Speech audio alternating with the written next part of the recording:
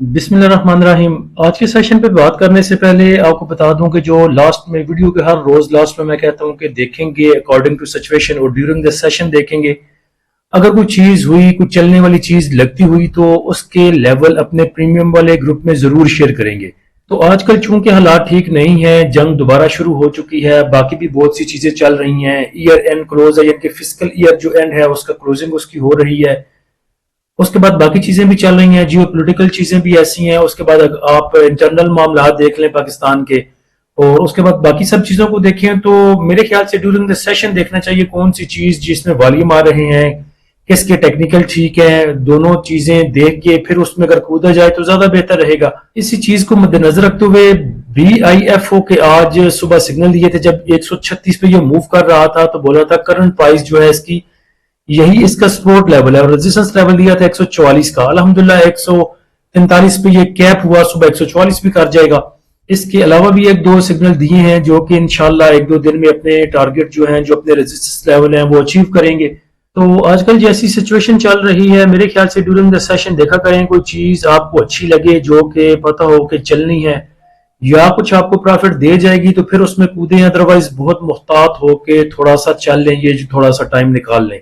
उसके बाद इंडेक्स की सूरत हाल पर अगर बात करें तो इंडेक्स ठीक है, चीजें भी ठीक है। बाकी अमेरिका और ईरान की जंग देख लें तो वो भी उन्होंने सुबह प्री ओपन से पहले ही बयान आ गया था कि दोनों जो है वो जंग बंदी कर रहे हैं, दोनों तरफ से खामोशी, और दोबारा जल्द कतर में वो अपने मुज़ाकरात को जो टेक्निकल लेवल पे उनकी चीजें चल रही हैं उसको आगे लेके चलेंगे। थोड़ा सा मार्केट में सेलिंग प्रेशर कुछ है, जो ईयर एंड क्लोज हो रहा है, जून के एंड पे जो चीजें क्लियर होनी है उसमें चाहे आप ब्रोकर कह लें, चाहे आप इंश्योरेंस कंपनियां ले लें, जो जो भी अपनी चीजें जो है वो क्लियर करते हैं अपने फिजिकल ईयर के ऊपर, यानी कि फिजिकल एंड जब ईयर क्लोजिंग होती है वहां पे क्लोजिंग करते हैं, वहां पे क्लियर करते हैं चीजों को। कुछ उधार का माल उन्होंने उठाया हुआ है उसको सेल आउट करते हैं, न्यू पोजीशन उनको बनानी है, तो उस वजह से भी थोड़ा सा सेलिंग प्रेशर देखा जाता है हर साल जून के एंड में। तो इस वजह से कुछ ज्यादा परेशान होने की जरूरत नहीं है मार्केट से। उसके बाद इंडेक्स के लेवल्स पे आ जाएं तो इंडेक्स की ओपनिंग आज नेगेटिव ओपनिंग थी 113 पॉइंट के साथ, और ये सबको पता था कि ओपनिंग नेगेटिव ही होनी है जैसी कि जियोपॉलिटिकल चीजें चल रही थी। ये तो शुक्र करें प्री ओपन से पहले अच्छी अच्छी खबरें आ चुकी थी जंग बंदी की, और दो तीन और खबरें अच्छी आ गई जिसकी वजह से आपने को बहुत ज्यादा गिरावट नहीं देखी इंडेक्स में या मार्केट में। उसके बाद इंडेक्स का आज का हाई लेवल 701 पॉइंट के इजाफे के साथ 1,80,272 पे रहा। इंडेक्स का लो लेवल 1240 पॉइंट की कमी के साथ 1,78,331 पे रहा। इंडेक्स की क्लोजिंग 1156 पॉइंट की कमी के साथ 1,78,414 पे आई। वॉल्यूम अगर देखें तो 330 मिलियन के वॉल्यूम ट्रेड हुए KSE 100 इंडेक्स में। टॉप एक्टिव स्टॉक में देखें तो सबसे ज्यादा वॉल्यूम आज SPSL में जनरेट हुए सतारा पेट्रोलियम में। सतारा पेट्रोलियम पे आगे चल के बात करते हैं। उसके बाद टॉप एक्टिव स्टॉक में देखें तो WTL रहा, के electric, PAEL, GCIL, bank of Punjab, SLM, MLCF, ओबॉय, PIBTL। Satara petroleum की बात करें तो सतारा पेट्रोलियम के सितारे गर्दिश में है एक दो दिन से, और उसके पीछे वजूहात है, जो पीछे अफवाहें उड़ी थी, जैसे कि मैंने पहले भी इस चीज का जिक्र किया था कि oil and gas marketing companies के ऊपर जो प्रेशर है ऑयल प्राइसेस का इंटरनेशनली, उसी चीज को लेके आज क्लैरिफिकेशन देने की जरूरत पड़ी सतारा पेट्रोलियम को।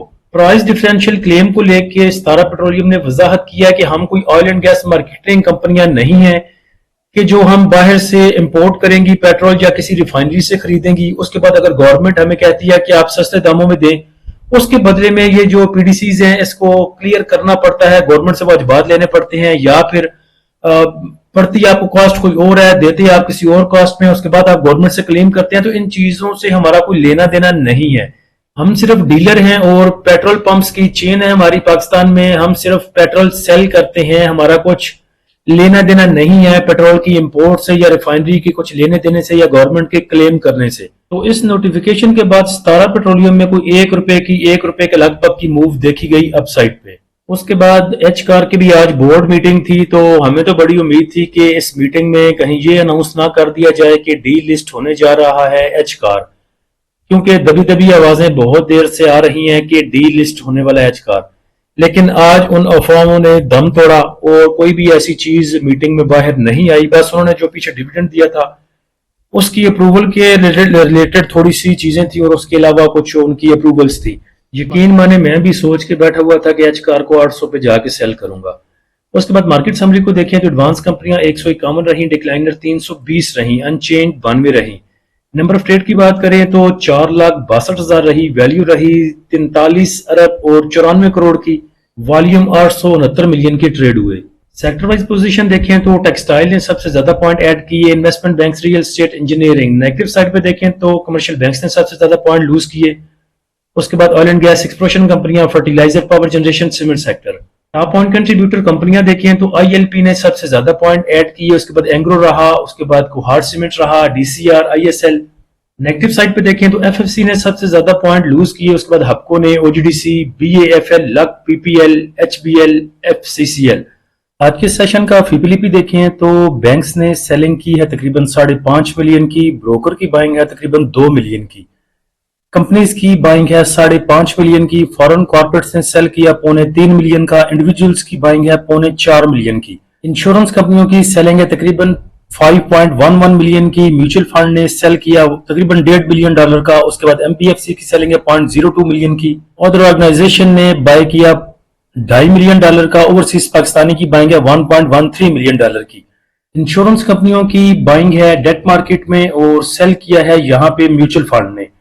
कंपनीज ने अक्रॉस द बोर्ड तमाम ही सेक्टर में बाइंग किया है, किसी में ज्यादा किसी में कम। होल्ड किया है उसने ऑल अदर सेक्टर को और थोड़ा सा सेल किया है डेट मार्केट में। उसके बाद सीमेंट सेक्टर में उनकी बाइंग है 1 मिलियन की, कमर्शियल बैंक्स में 2 मिलियन की, 2.5 मिलियन की, फर्टिलाइजर में। उसके बाद उनकी बाइंग है थोड़ी थोड़ी सी oil and gas, exploration companies में, मार्केटिंग में, पावर जनरेशन में, टेक्नोलॉजी में, टेक्सटाइल में। इंडिविजुअल्स की बात करें तो इंडिविजुअल्स ने अन्य वाह बाय किया है कमर्शियल बैंक्स को $4.5 मिलियन का। उसके बाद 2.25 मिलियन का उन्होंने बाय किया है oil and gas marketing companies को, 0.5 मिलियन का तकरीबन टेक्सटाइल को और 0.5 मिलियन के लगभग पावर जनरेशन को। इंश्योरेंस कंपनियों की सबसे ज्यादा सेलिंग है कमर्शियल बैंक्स ने, तकरीबन $7 मिलियन का उन्होंने कमर्शियल बैंक्स को बेच दिया। म्यूचुअल फंड की कोई बाइंग सेलिंग बहुत ज्यादा नहीं है। डेट मार्केट में 2.25 मिलियन का सेल किया और 1.5 मिलियन का ऑल अदर सेक्टर को बाय किया। बाकी ऐसा कोई बहुत बड़ी बाइंग सेलिंग नहीं है उनकी।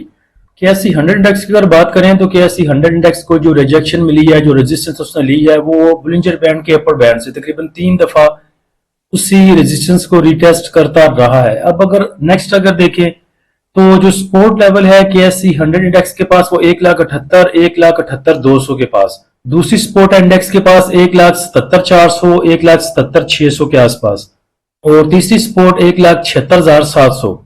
रेजिस्टेंस की बात करें तो इंडेक्स के पास आगे रेजिस्टेंस 1,79,500, 1,80,000, 1,80,300 और तीसरी रेजिस्टेंस 1,81,500 की। स्टॉक में अगर बात करें तो पीएसओ एफएफसी पे आप नजर रख सकते हैं, इंशाल्लाह अच्छी गेन आपको देंगे। इसके अलावा इंशाल्लाह कोई अपडेट हुई तो ड्यूरिंग द सेशन वो प्रीमियम वाले ग्रुप में शेयर कर दूंगा। प्रीमियम ग्रुप को ज्वाइन करने के लिए आप नीचे दिए गए व्हाट्सएप नंबर पर रब्ता कर सकते हैं। फ्री ग्रुप को ज्वाइन करने के लिए लिंक नीचे डिस्क्रिप्शन में लगा दिया है। बैकअप चैनल का लिंक भी जो है वो भी नीचे डिस्क्रिप्शन में पेस्ट कर दिया है। अल्लाह हम सबका और इस मुल्क का हामी नासिर हो। इजाजत दीजिए, अल्लाह हाफिज।